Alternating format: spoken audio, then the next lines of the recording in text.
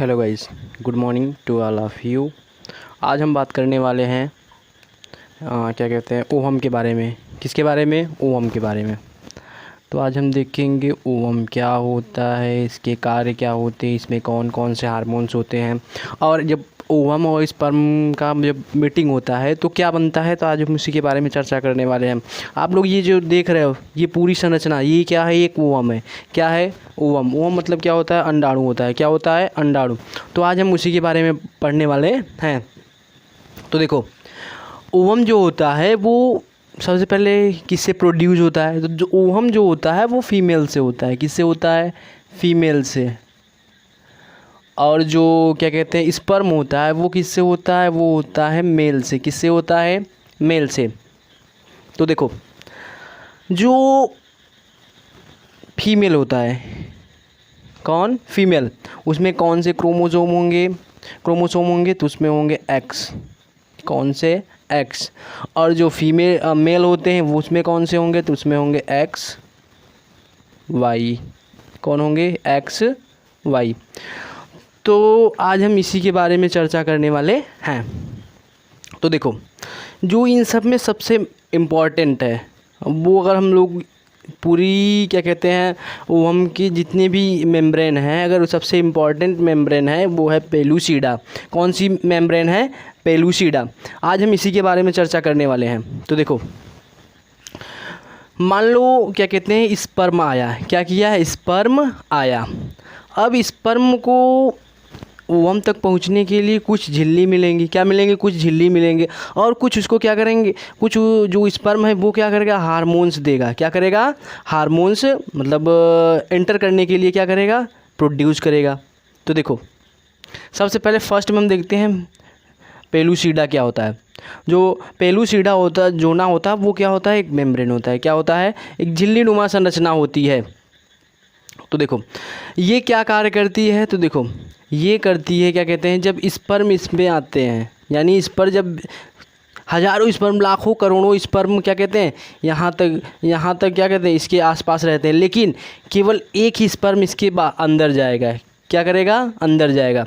और आप लोग अगर स्पर्म को और अच्छे से समझना चाहते हो तो मेरी पिछली वाली वीडियो देख लो। क्या कहते हैं स्पर्म के बारे में पूरे मैंने क्या कहते हैं एक्सप्लेनेशन दिया था।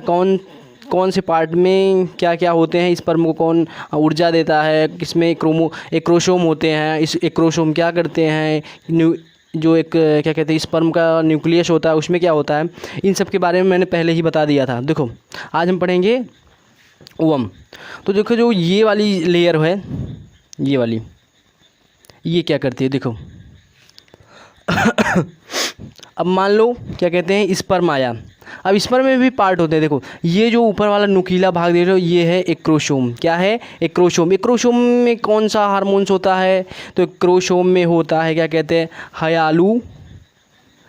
कौन सा हार्मोन्स होता है? हयालूर नेडीज। कौन सा हार्मोन्स होता है? हयालूर नेडीज, जो इस लेयर में एंटर करने के लिए क्या करता है?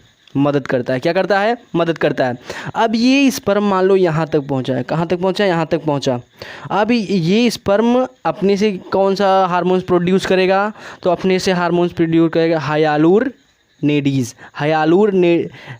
नेडीज। और उसके बाद एक और हार्मोन्स है जो क्या कहते हैं इस लेयर को, यानी स्पर्म अगर इसमें गया तो इस लेयर को जो कठोर बनाता है, यानी क्या कहते हैं एक प्रकार से स्ट्रांग बना देगा कि अदर कोई भी जो भी क्या कहते हैं स्पर्म है वो अंदर इंटर ना कर पाए। अगर अदर इंटर कर गए तो तब तो दिक्कत होगी। तो जो क्या कहते हैं पूरे इस वाले लेयर को एक क्या कहते हैं स्ट्रांग बनाता है, वो कौन सा हार्मोन्स होता है? तो वो होता है न्यूरीमेनिडीज़। कौन सा होता है? न्यूरीमेनिडीज़। और जो क्या कहते हैं स्पर्म को क्या कहते हैं, कौन सा हार्मोन्स स्पर्म को जो एंटर कराता है वो क्या है? हयालूर नेडीज़। क्या है? हयालूर नेडीज़। और जो इस लेयर को कठोर बनाता है, यानी इस लेयर को क्या करता है क्या कहते हैं आप लोग सेल कह सकते हो। क्या कह सकते हो? तो सेल, यानी चारों तरफ से एक सेल क्रिएट कर देगा। उसके बाहर जितने भी, अगर ये एक स्पर्म इसमें गया तो इसके आसपास जितने स्पर्म रहेंगे वो इसमें दोबारा एंटर नहीं कर पाएंगे। तो वो किसके कारण होता है? यानी जो ये है पेलुसिडा है, ये इसको कठोर कौन बनाता है? तो इसको कठोर बनाते हैं न्यूरीमेनिडीज़। और स्पर्म को एंटर कौन करा रहा है? तो स्पर्म को एंटर करा रहा है हायालुरनेडीज़। ठीक है, अब हम बात करते हैं इसके बारे में, कोरोना रेडिएटा।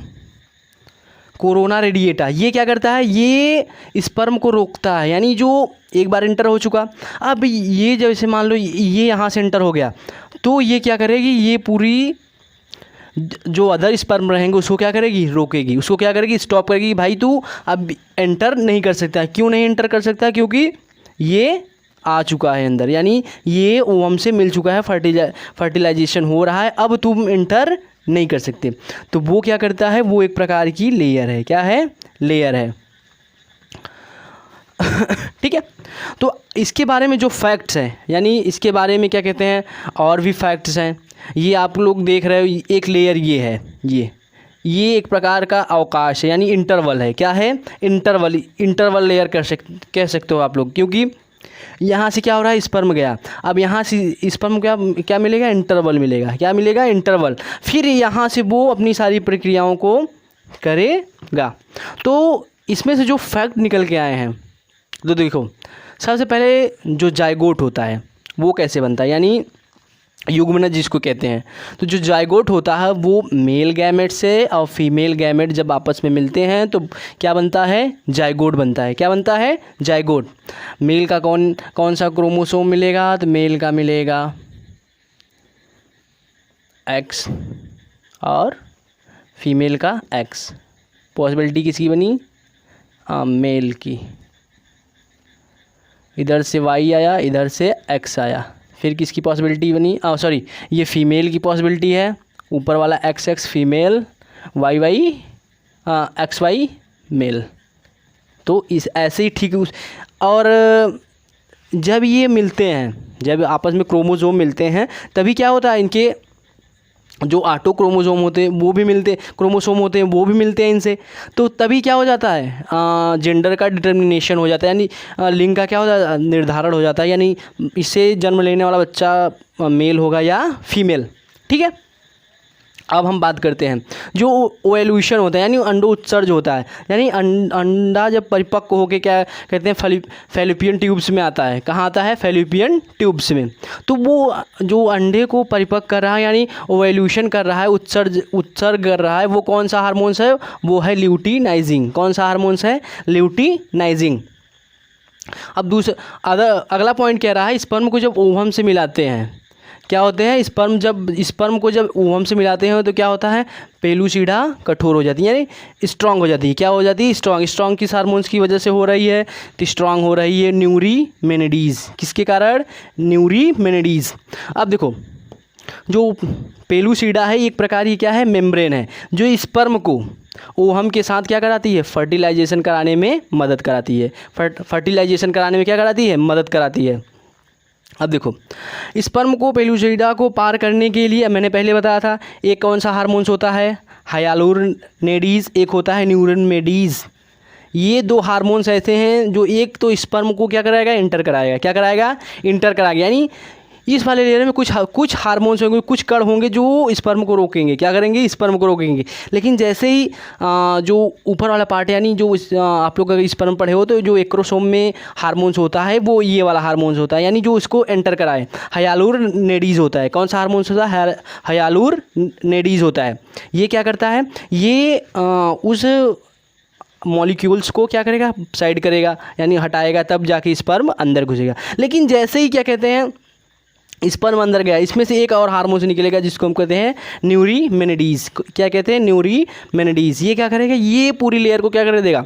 एक सेल नुमा संरचना में बदल देगा, यानी पूरी तरह से पैक कर देगा। अब देखो, जो कोरोना रेडिएटा होता है, यानी जो ये सेल आप लोग देख रहे हो, ये वाली सेल, इसमें क्या क्या होते हैं? तो इसमें होते हैं प्रोटीन, होते हैं कार्बोहाइड्रेट्स होते हैं। क्या होते हैं? प्रोटीन और कार्बोहाइड्रेट्स। अब देखो, अब बात करते हैं कार्टिकल प्रक्रिया। कार्टिकल प्रक्रिया कहने का मतलब क्या है? जब अगुणित गुणसूत्र, यानी अगुणित क्रोमोसोम मिलकर जब द्विगुणित क्या करते हैं? कोशिकाएं बनाते हैं। द्विगुणित कोशिकाएं बनाते हैं। इस प्रक्रिया को क्या कहते हैं? इस प्रक्रिया को कहते हैं कार्टिकल प्रक्रिया। जो अगला वाला टॉपिक है वो है AMH, जिसको कहते हैं एंटी मुलेरियन हार्मोन्स। ये कौन सा हार्मोन्स होता है? ये होता है प्रोटीन होता है। अब इसका उपयोग कहाँ होता है? तो देखो, इसका उपयोग होता है फर्टिलाइजेशन के लिए। जो ये एग होता है उसकी जो संख्या होता है उसका अनुमान लगाने के लिए इसका उपयोग कहाँ होता है? यानी एग जो फर्टिलाइजेशन होता है उसकी जो क्या कहते हैं, उसका जो अनुमान लगाते हैं वो किसके द्वारा लगाते हैं? वो लगाते हैं क्या कहते हैं, एंटी मुलेरियन हार्मोन्स। एक पैमाना होता है जिसको कहते हैं मेजरमेंट। क्या कहते हैं? मेजरमेंट कहते हैं। तो देखो, अब प्रेगनेंसी के लिए कितने ml पर ग्राम होने चाहिए? तो देखो, जैसे मान लो हमारा क्या कहते हैं 1 ml AMH है, ठीक है, 1 mH है, 1 ml है। तो उसमें जो क्या कहते हैं एग्स का वज़न होना चाहिए, यानी एग्स की संख्या होना चाहिए, चाहे आप लोग संख्या कह सको या वज़न कह लो, ठीक है। वो कितना होना चाहिए? तो 2.20 से 6.80 नैनोग्राम, यानी इतना ml पर नैनोग्राम होनी चाहिए। यानी अगर 1 ml हमारा क्या कहते हैं AMH है, यानी ये वाला हार्मोन्स है, तो उसमें जो एग होगा, यानी एग्स की जो क्या कहते हैं वेट होगी वो कितना होगी? तो वो होगी 2.20 से लेकर 6.80 तक। तो अभी तक आप लोगों ने जितना भी इसमें टॉपिक देखा वो एकदम इम्पॉर्टेंट फैक्ट्स है। आप इसको क्या कहते हैं नोट भी कर सकते हैं, ठीक है। तो इसमें जो भी बताने लायक रहा स्पर्म से लेकर स्पर्म के इंटर तक, यानी जब स्पर्म इंटर करता है, जब स्पर्म इंटर करके क्या क्या इंटर करता है तो क्या बनाता है आदि, इन सभी के बारे में मैंने पूरे फुल डिटेल डाल दी है, ठीक है। तो आशा करते हैं आप सबको वीडियो अच्छी लगी। इस वीडियो को लाइक करो, चैनल को सब्सक्राइब करो। Thank you.